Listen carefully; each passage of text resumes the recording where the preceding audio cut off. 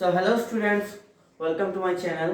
আজকে আমরা আপনাদেরকে ফিজিক্সের চ্যাপ্টার 7 সাউন্ডস অ্যান্ড ওয়েভস অর্থাৎ তরঙ্গ এবং শব্দ মানে শব্দ ও তরঙ্গ এই অধ্যায়ের বেসিক্স নিয়ে আলোচনা করব। টোটাল এই চ্যাপ্টারকে আমি তিনটা টাইপে ভাগ করেছি। এই তিনটা টাইপের আজকে আপনাদেরকে বেসিক্স পড়াবো এবং নেক্সট ভিডিওতে আমরা সিকিউ প্র্যাকটিস করব। সো চলো আমরা আমাদের টাইপ 1 দিয়ে শুরু করি। টাইপ 1। সো টাইপ 1 এর নামটা কি? টাইপ 1 এর নাম হলো গিয়ে দোলনকাল। দোলনকাল। সো আমরা এই টাইপ 1 এর দোলনকাল রিলেটেড যতটুকু সূত্র আছে সূত্রগুলো দেখব, ঠিক আছে? সো এখন ধরে নেন এই একটা সুতা আছে, সুতার মধ্যে একটা বস্তুকে মানে বস্তু ঝুলানো আছে। সো এখন সুতাকে যদি আমরা পিছনের দিক দিয়ে টেনে ছেড়ে দিই তাহলে বস্তুটি এইভাবে যাবে, এবার এইভাবে আসবে, একবার তাই তো এরকম ঘুরবে। সো যখন বস্তুটি এই দিকে যাবে এবং এই দিকে কিছু সময় আবার এই দিকে আসবে এবং আবার এখানে মানে এই অবস্থানে ফিরে আসবে একটা পূর্ণ দোলন দিয়ে, তখন তাকে পূর্ণ দোলন বলে, ঠিক আছে? এটা পূর্ণ দোলন বলে এবং সেই পূর্ণ দোলন হতে যতটুকু সময় লাগে সেটাই হলো গিয়ে তার দোলনকাল। সো দোলনকালের দুইটা সূত্র আছে। একটা সূত্র হলো গিয়ে সুতার ক্ষেত্রে, ঠিক আছে? এই যে সুতা আছে সুতার ক্ষেত্রে। সো আমি আপনাদের দেখাই সুতার ক্ষেত্রে দোলনকালটা। সুতার ক্ষেত্রে, ওকে। সো সুতার ক্ষেত্রে দোলনকালটা হলো গিয়ে T is equals to 2 pi root L by G, okay. T is equals to 2 pi root L by G। এবং আরেকটা আছে স্প্রিং এর ক্ষেত্রে, ঠিক আছে? স্প্রিং এর ক্ষেত্রে, সো স্প্রিং এর ক্ষেত্রেও same T is equals to 2 pi root, just এখানে চেঞ্জ আছে M by K। এখন কোনটা কি বোঝায়, ঠিক আছে? এই হলো গিয়ে দুইটা সূত্র, এটা সুতার ক্ষেত্রে ইউজ হবে এবং এটা হবে স্প্রিং এর ক্ষেত্রে। সো এখন কোন চিহ্ন দ্বারা কি বোঝায় তা আমরা দেখি, চলেন। সো এটাতে মানে এই যে সুতার ক্ষেত্রে এটাতে আপনাদের L মানে, ঠিক আছে? আচ্ছা এখানে এরকম লিখি, এখানে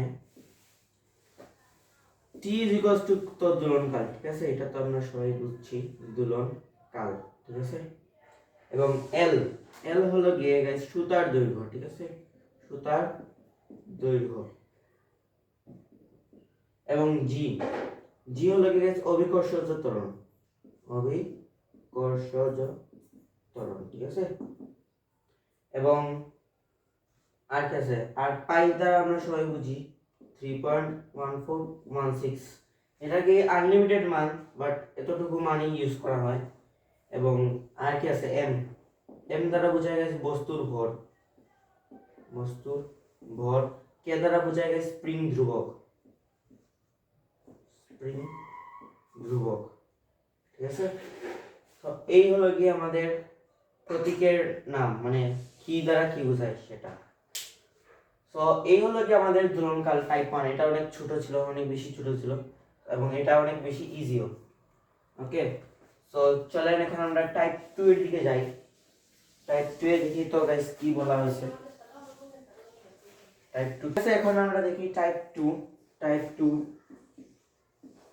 সো টাইপ 2 তে যে সকল ম্যাথ আছে সেটা হলো তরঙ্গ রিলেটেড, ঠিক আছে? তরঙ্গ এইটাই হলো আর কি মেইন এই অধ্যায়ের তরঙ্গ, ঠিক আছে? নামই তো তরঙ্গ এবং শব্দ। এবং টাইপ 3 তে আমাদের অবশ্যই শব্দ নিয়ে কথা বলা হবে। তো তরঙ্গকে দুই ভাগে ভাগ করা হয়েছে। অনুপ্রস্থ তরঙ্গ, অনুপ্রস্থ এবং কি অনুদৈর্ঘ্য, ঠিক আছে? এই দুই ভাগে আমাদের তরঙ্গকে ভাগ করা হয়েছে।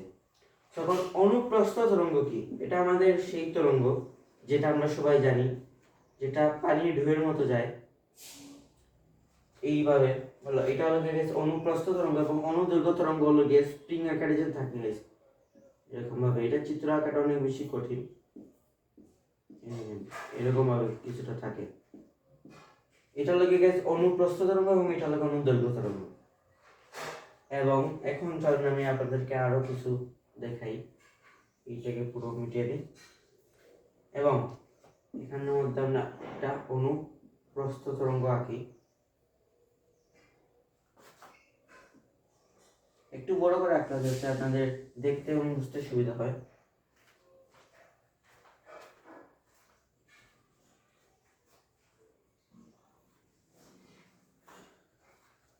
ঠিক আছে, সো এখানের মধ্যে আমি একটু পয়েন্ট দেই, পয়েন্ট আকারে আর কি, এ বি এন্ড সি। ঠিক আছে, সো এখানে দেখেন এই যে এ থেকে বি, ঠিক আছে, এ থেকে বি তে দেখেন এইভাবে একবার উপরে উঠছে, একবার নিচে গেছে, উপরে উঠছে একবার, নিচে গেছে একবার। ঠিক আছে, উপরে উঠছে এবং নিচে গেছে। সো আমরা এভাবে লিখতে পারি এ আর বি হলো একটি পূর্ণ স্পন্দন। ঠিক আছে, পূর্ণ স্পন্দন,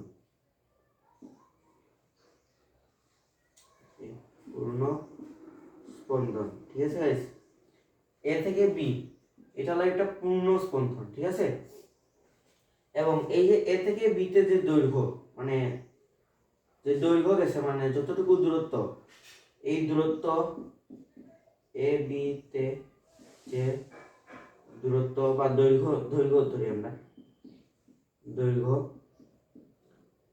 সেটাই হলো গাইস আমাদের তরঙ্গ দৈর্ঘ্য। ঠিক আছে, তরঙ্গ দৈর্ঘ্য, তরঙ্গ দৈর্ঘ্যকে কি দ্বারা প্রকাশ করা হয়?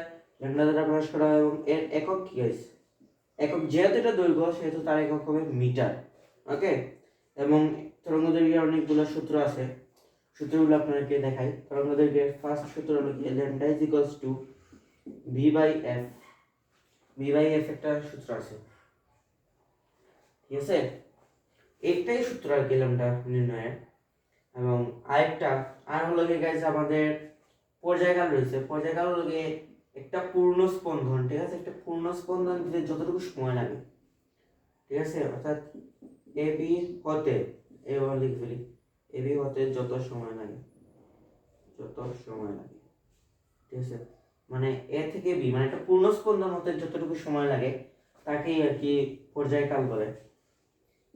এটা হলো গাইস পর্যায়কাল। ঠিক আছে, পর্যায়কাল, পর্যায়কালকে প্রকাশ করা হয় টি দ্বারা। এর একক, যেহেতু এটা সময়, ঠিক আছে, যেহেতু এটা সময়, তাহলে একক কি হবে? সেকেন্ড হবে। এবং এর সূত্র কি হবে? t is equals to 1 by f একটা সূত্র আছে, এই একটা সূত্র আছে, আরেকটা আছে guys t is equals to t by n। ঠিক আছে, এই একটা সূত্র আছে, t is equals to t by n, এই একটা সূত্র আছে। ওকে, আর দেন প্রতি একক সময় যতটুকু স্পন্দন হয়, মানে প্রতি এক সেকেন্ডে যতটুকু স্পন্দন হয় তাকে কি বলে গাইস? তাকে বলে কম্পাঙ্ক, স্পন্দন অথবা কম্পন। ঠিক আছে, এইভাবে লিখে দিই, প্রতি একক সময়, একক সময়ে যতগুলো স্পন্দন হয়, ঠিক আছে, মানে তাকে কম্পাঙ্ক বলে। ঠিক আছে, ওকে, এখন কম্পাঙ্কের একক কি? এর একক হলো কি গাইস হার্জ। ওকে, সবথেকে ইউনিক একক এই অধ্যায়ের মধ্যে, এবং হার্জ। এবং এর সূত্র কিন্তু অনেকগুলো আছে গাইস, একটা দুইটা না। সর্বপ্রথম একটা সূত্র আছে এফ। আচ্ছা, একে প্রকাশ করা হয় গাইস এফ দ্বারা। ঠিক আছে, এফ দ্বারা, আচ্ছা এটা বুঝেছেন। এফ ইজ ইকুয়ালস টু একটা আছে 1/t। ওকে, একটা আছে 1/t, আরেকটা আছে F is equals to V by lambda, একটা আছে, এবং একটা আছে F is equals to n/t। Okay, আর ওকে, দেন এই হলো কি আমাদের তিনটা জিনিস সূত্র। এখন হলো কি বি, বেগ নির্ণয়। বেগ কি? বেগ কি জিনিস? একটা পূর্ণ স্পন্দন হতে, মানে তরঙ্গ যে বেগে অগ্রসর হয়, ঠিক আছে, তরঙ্গ যে বেগে অগ্রসর হয় তাকেই তরঙ্গ বেগ বলে। ওকে, আমি মুখে বললাম, আপনারা খাতায় নোট করে দেন, আমি এখানে লিখতেছি না, জায়গা নাই তাই। ঠিক আছে, মানে তরঙ্গ যে বেগে অগ্রসর হয় তাকেই তরঙ্গ বেগ বলে। ওকে, এন্ড দেন ভি, তরঙ্গ বেগকে প্রকাশ করা হয় গাইস ভি দ্বারা। ভি ইজ ইকুয়ালস টু কি হবে গাইস? বলেন তো আপনারা। ভি ইজ ইকুয়ালস টু হবে এফ ল্যামডা। ঠিক আছে, অথবা ভি এর আরেকটা সূত্র আছে গাইস, ভি এর আরেকটা সূত্র হলো গাইস কি, ল্যামডা বাই টি, এই একটা সূত্র আছে। টি দ্বারা এখানের মধ্যে কম্পাঙ্ককে বোঝায়।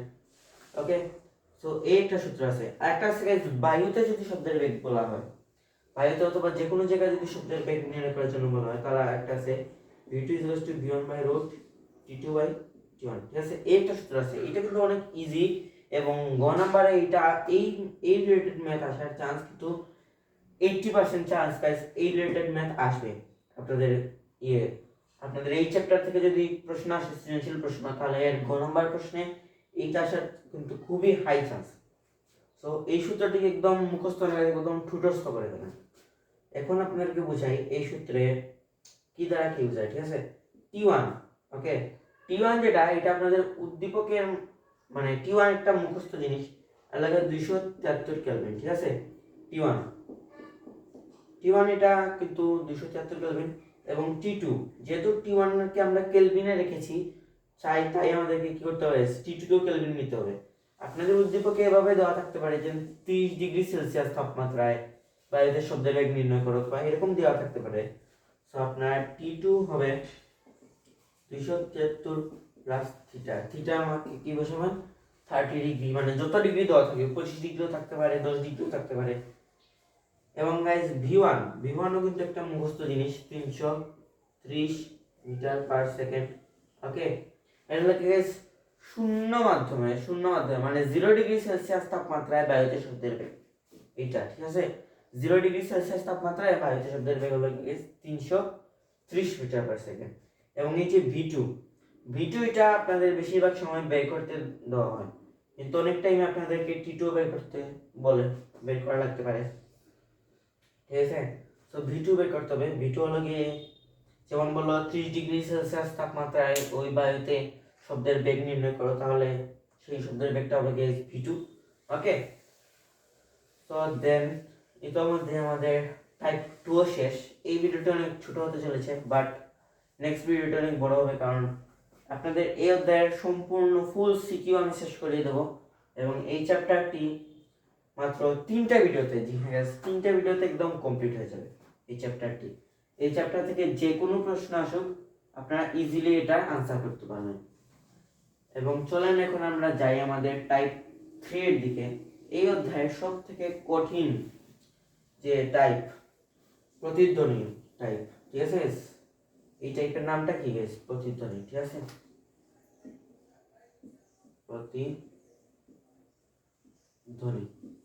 প্রতিধ্বনি রিলেটেড ম্যাথ, ওকে? টাইপ কত? টাইপ 3, ওকে? টাইপ 3 প্রতিধ্বনি রিলেটেড ম্যাথ। এখন প্রতিধ্বনি জিনিসটা কি, ঠিক আছে? যেমন ধরে নেন এখানে একটা ব্যক্তি আছে, ঠিক আছে? এখানে একটা ব্যক্তি, ওকে? এখন সেই ব্যক্তি একটি, এবং এখানে মধ্যে পাহাড় অথবা ওয়ালও থাকতে পারে, দেয়ালও থাকতে পারে, মানে যে কোনো একটা জিনিস আছে যেটা বাধা দিবে ওকে, ঠিক আছে? শব্দটিকে বাধা দিবে, এরকম কিছু একটা আছে। তো সেই ব্যক্তি শব্দ গেল, এই মাধ্যমে গেল, এবং এই মাধ্যমে গিয়ে শব্দটি আরবার ব্যক্তির কানে আসবে, ওকে?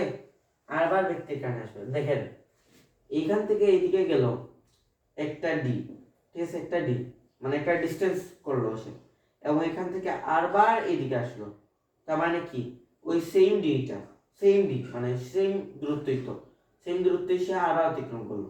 সো কি হয়ে যাবে? 2D হয়ে যাবে, ঠিক আছে? সেখানে ডি প্লাস ডি কত হবে? 2D হবে না? এবং আমরা কি জানি, কোনো জিনিসের ডিস্টেন্স বের করতে হলে আমরা সূত্র কি জানি? ডি ইজ ইকুয়ালস টু ভিটি জানি না? তাহলে যদি প্রতিধ্বনির ক্ষেত্রে হয়, তাহলে সে একবার যাবে, ঠিক আছে? সে এই যে একবার গেল, প্লাস সে আরেকবার কিন্তু এই ডিসটেন্স আসবে, 2 প্লাস মানে 2 is equals D is equals to VT, okay? So কি হবে গাইস? সো এরকম হবে না 2d is equals to VT. So এইটাই হলো গাইস প্রতিধ্বনিতে দূরত্ব নির্ণয় সূত্র। অর্থাৎ দূরত্ব এখন কেমনে বের করবেন? d is equals to VT by 2, এই তো সিম্পল, দূরত্ব বের হয়ে গেল।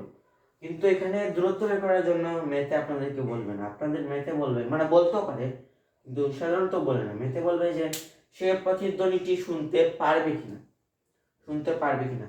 এবং আপনাদেরকে আমি একটা জিনিস বলে দিই যে প্রতিধ্বনি মানে যেমন কোনো একটি কথা আমার মাইন্ডে আসছে, এখন আমি কানে শুনছি, এইটা আমার মাইন্ডে 0.1 সেকেন্ড, 0.1 সেকেন্ড পর্যন্ত সেটা আমার মাইন্ডেই থাকবে, এবং যদি 0.1 সেকেন্ডের ভিতরে আমার কানে যে কোন ধরনের শব্দই আসুক না কেন, যে কোন ধরনের শব্দ আসুক না কেন, আমরা তা শুনতে পারবো না।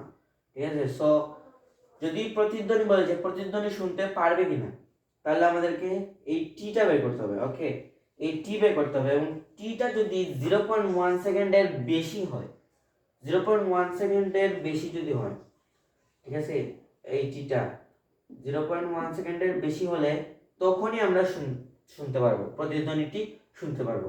এবং যদি এই টিটা 0.1 সেকেন্ড থেকে ছোট হয়ে যায়, তাহলে আমরা প্রতিধ্বনিটি শুনতে পারবো না।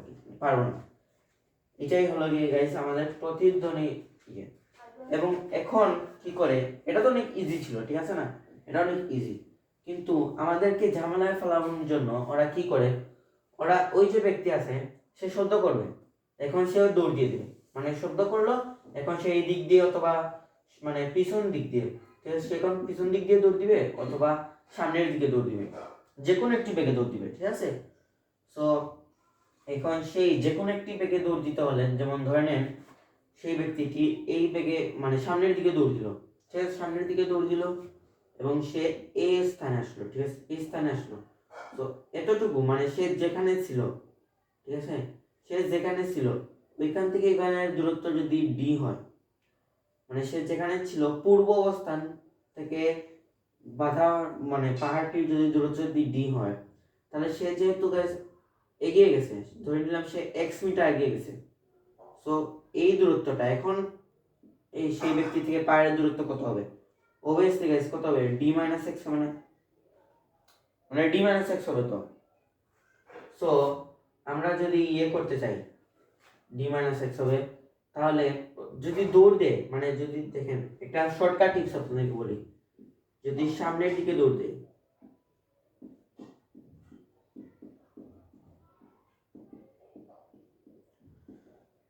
সামনের দিকে দৌড় দেয়, মানে সেই ব্যক্তি যদি সামনের দিকে দৌড় দেয়, সামনের দিকে দৌড় দিলে তার ইয়ে মানে একটা সমীকরণ আসবে 2d plus V prime T equals to ভিটি।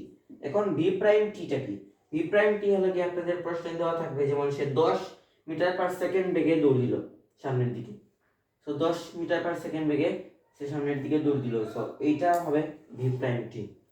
এবং যদি পিছনের দিকে দৌড় দেয়, ঠিক আছে, পিছনের দিকে দৌড় দিলে, পিছনের দিকে অথবা বিপরীত দিকে আর কি, সে মানে এইদিকে শুদ্ধ করলো, তো সে এখন দৌড় দিল এইদিকে দৌড় দিল, মানে বিপরীত দিকে দৌড় দিল, সো বিপরীত দিকে দৌড় দিলে হবে guys 2d minus V prime T is equals to ভিটি।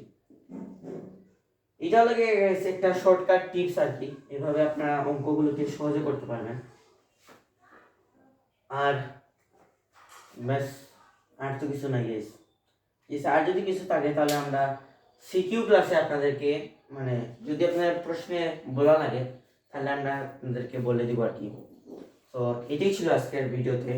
তো যদি ভিডিওটা ভালো লেগে থাকে তো একদম কিছু একটা যদি আপনি শিখে থাকেন, তাহলে প্লিজ এই ভিডিওটিকে লাইক করে দিবেন, এবং এই ভিডিওটি পার্ট 2 পেতে আমাদের চ্যানেলটিকে অবশ্যই সাবস্ক্রাইব করবেন, ঠিক আছে, তাহলে আপনারা ভিডিওটি সর্বপ্রথম পেয়ে যাবেন, এবং বেল নোটিফিকেশনটিকে অন করবেন, ঠিক আছে। ওকে, সো বাই।